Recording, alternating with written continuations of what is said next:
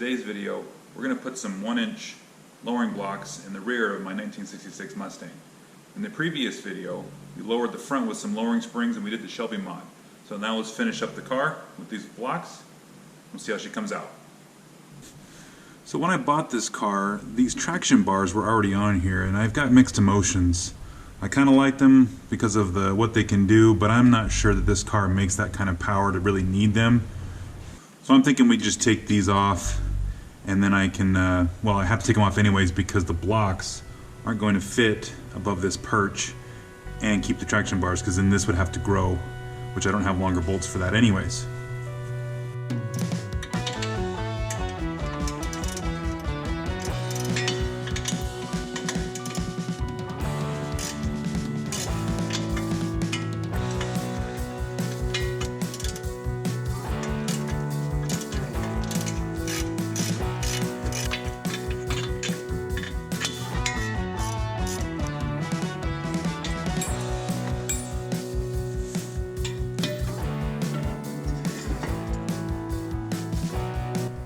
Now that we've got that traction bar out of the way, we can get this lower nut off of the rear shock, and then the 4 nuts for these U-bolts off, and this bracket off, and then we can put that lowering block above it.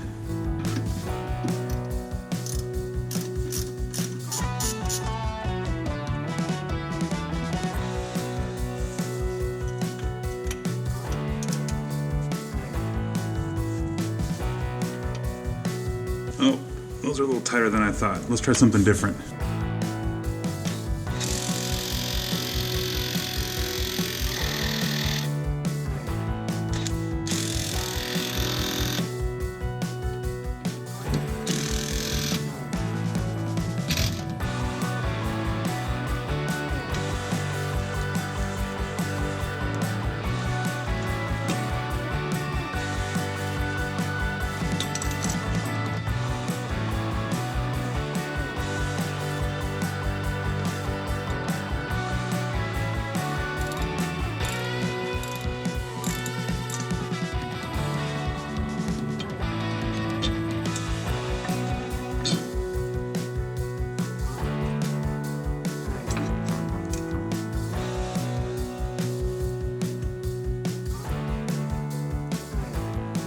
Okay, one side done.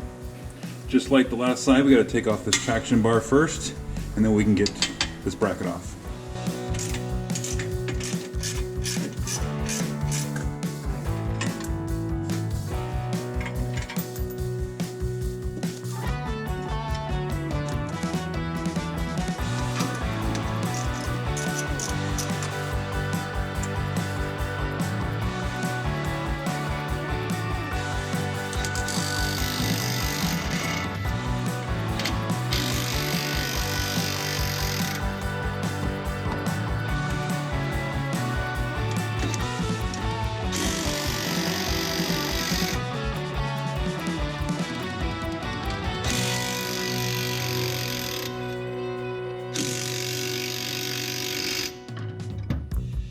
Well, 2 out of 4 is better than none.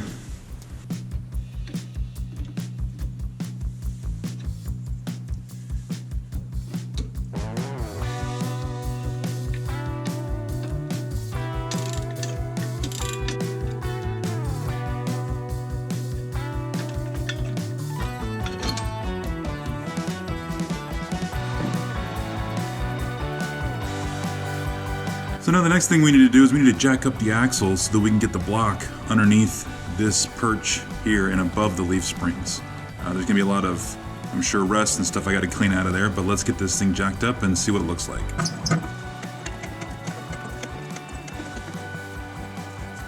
There's a sneak peek of what it looks like in here. All this stuff, we gotta get all that cleaned out of there before we put the block in. So this is the 1-inch lowering block.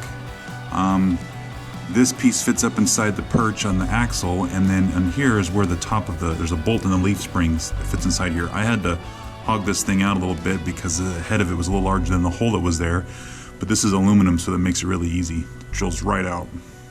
So let's put this in and see how it comes out. Alright, fits in there perfect. Now we'll drop the axle and put the U-bolts on. And then these are the new U-bolts that come with it. They are longer than the stock ones so that it can reach down to the bracket down below, like that. And then this bracket on the right way.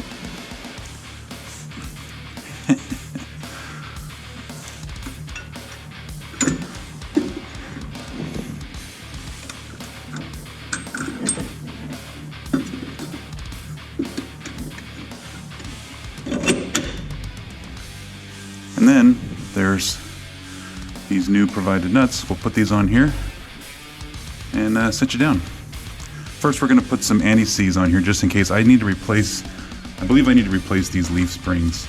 They're getting pretty old and worn out, so I'm going to have to be back in here to do all this. So I'm just going to put some anti-seize on these threads so it'll be easy to take these off down the road.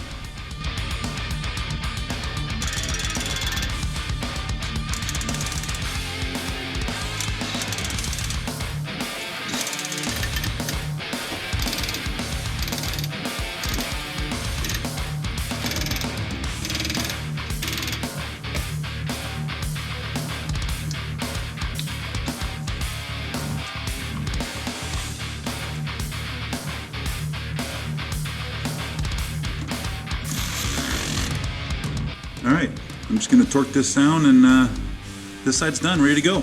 So just like the other side, we got to jack up this axle, clean out all of the corrosion and stuff underneath this spring or this perch here, and then we'll put the block in, the U-bolts on, and the bracket on, and button it all up.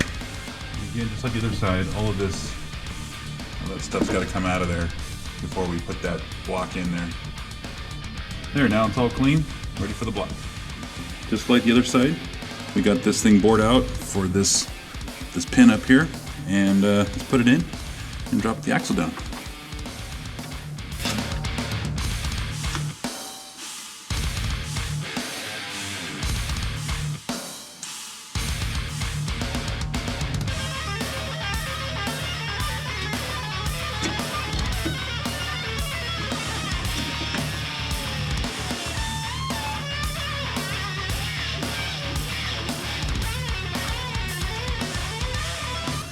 Now the kit that I bought was missing 4 of the new nuts that come on for these new bolts. I'm just going to reuse the old ones until the new ones get here. They sent me the other 4 nuts, but I'm just going to use these for now.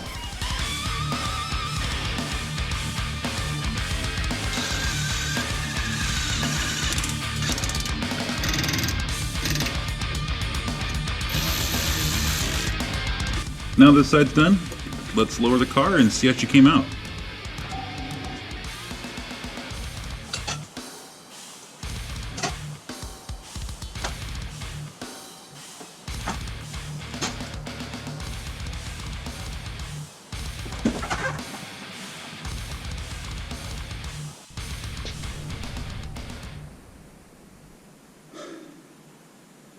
Let me explain.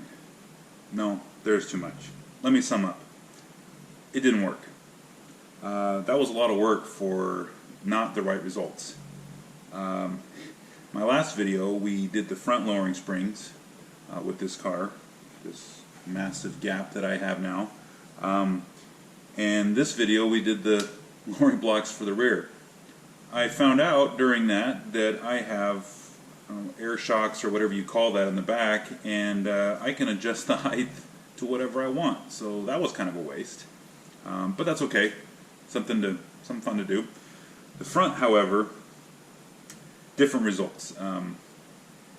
The Eibach lowering springs that I bought were supposed to be a 1-inch lowering. I bought Eibach because from the import cars that I've done in the past, that's what I've used. They've been good springs. Didn't think that they wouldn't work here. I picked up about a 1/2 inch. I'm up about a 1/2 inch higher than what I was when I started. Even with that Shelby mod. I think part of it is that those stock springs that were on there were the original springs. They had just sagged over the years. I mean, I'm half tempted to put those back on because at this point they'll give the car a lower look than what I've got now. I understand with new springs that they give them time to settle in a little bit, but even if they settle in a half an inch, that just puts me right where I was when I started. And so I'm gonna have to figure out what I want to do there. And then with that Shelby mod, lowering that upper control arm mount position, I need to get an alignment first. We'll see if the car handles any better there, but I got to figure out what I'm going to do about this gap. The rear, I actually, because I can put that wherever I want, I just put it to kind of closer match this gap here so it didn't look like the car was sagging in the back. So I guess that takes care of that. We'll have to figure out, we'll have to do a follow-up video and figure out what we're going to do there. But that's okay. Lesson learned. Thanks for sticking with me. We'll see you in the next one. On the previous video, we lowered the front with some lowering springs, and we also did the Shelby mod.